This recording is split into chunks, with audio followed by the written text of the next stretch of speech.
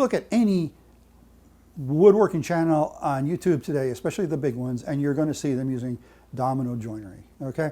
It's like it's become the thing to do. They're going to put a tabletop together, you use domino joinery. They're going to do a waterfall table or, like a river coming over the edge, they're going to use domino joints. I see people doing it for all kinds of stuff. All right, I'm not saying they're necessarily wrong. I'm just saying that they're not necessarily right either. Now here's the problem I have with the big problem I have with domino joinery. Number one is it's expensive. That machine is $1,200 to $1,600, depending on which kit you get. There's only one manufacturer you can get it from, and they're, of course, cashing in on their patent, and I don't blame them for that in the least. I just don't really want to shell out that kind of money for a tool that I don't think I need.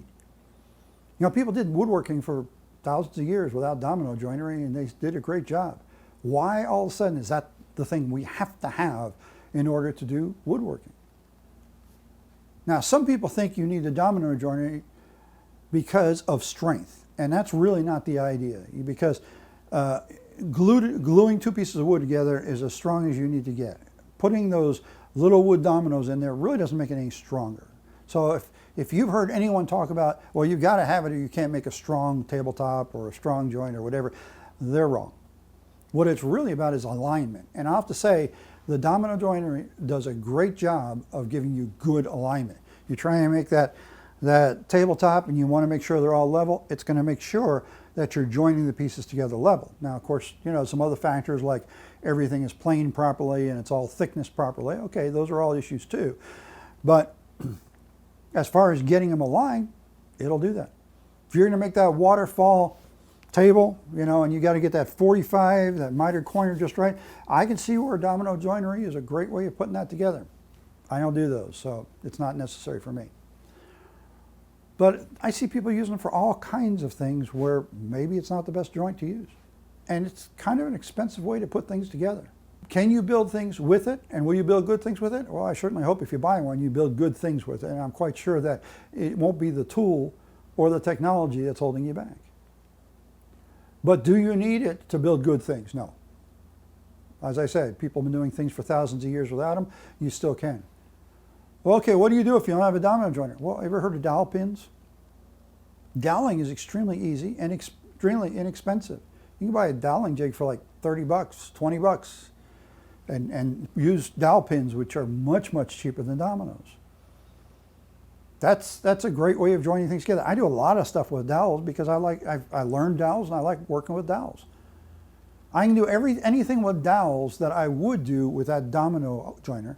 So it's like, why do I need to spend the money? Okay? That's my big issue.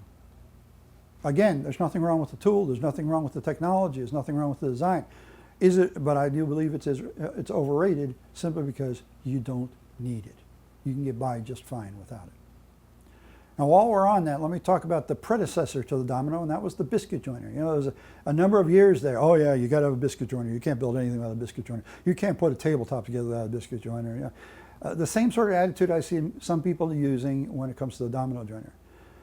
And of the two, I would have to say the domino is better than the biscuit. And here's the reason why. The domino is a snug joint, all right? The width is a little over wide, so you've got what's called a floating tenon, right? You're making mortise in both parts, and then you're putting a tenon in between, a double-ended tenon.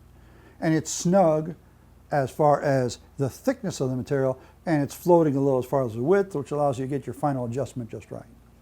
Great, does a good job of that. The biscuit joiner is not a snug fit.